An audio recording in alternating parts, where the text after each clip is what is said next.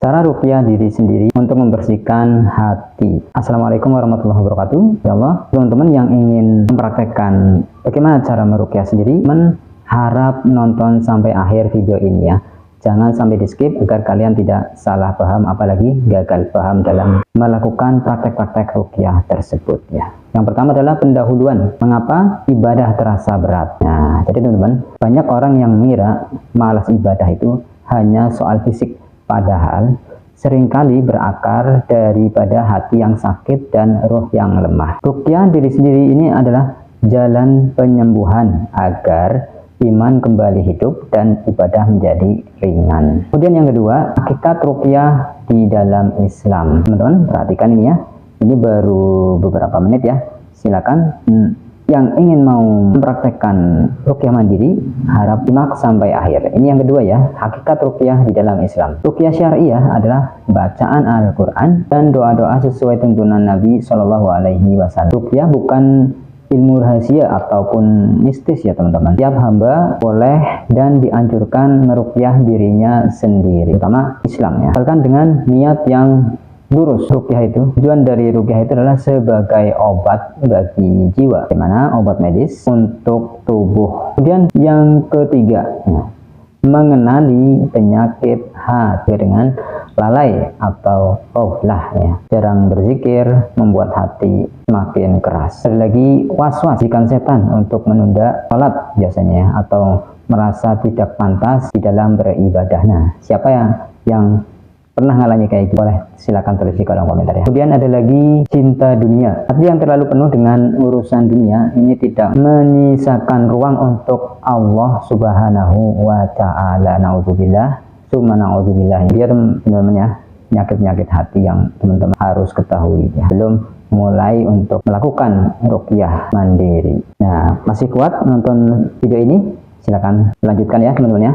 Yang masih kuat, yang tidak kuat boleh silakan di skip dulu, mungkin ditonton lain kali ya. Tapi jangan lupa si subscribe ya video ini ya teman-teman ya, karena di channel ini saya akan membagikan tips-tips ruqyah. Dan yang keempat, persiapan dalam ruqyah mandiri. Nah, ini dia teman-teman ya persiapannya. Teman, yang pertama adalah menata hati, tulus untuk kembali taat, bukan mencari kesaktian atau membuka mata batin. Nah, kemudian yang kedua, teman-teman bersuci ya. Yang punya hadas besar silakan mandi besar dulu, yang tidak punya hadas besar silakan bisa dengan berwudu. Tujuannya untuk apa? Untuk membersihkan dosa-dosa kecil kita dan menenangkan jiwa. Kemudian mencari ketenangan ya, tentunya dari segi tempat dan yang lainnya. Ini kita harus, suasananya harus mendukung dengan ketenangan. Dari tempat yang bersih dan tidak bising tentunya. Lakukan dengan rendah hati. Kemudian yang kelima, ayat-ayat dan doa inti ruqyah. Nah, ayat-ayatnya apa saja? Teman-teman bisa dicatat ya. Ini standar banget ya, yang biasa kita semua menghafalnya mungkin ya. Karena ayat-ayat ini standar, silakan teman-teman bisa tulis ya.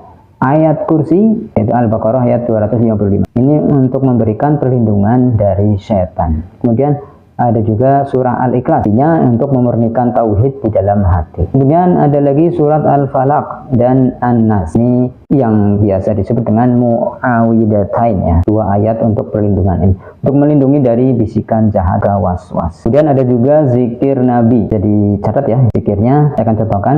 A'udzu bikalimatillahi tammati min syarri ma khalaq.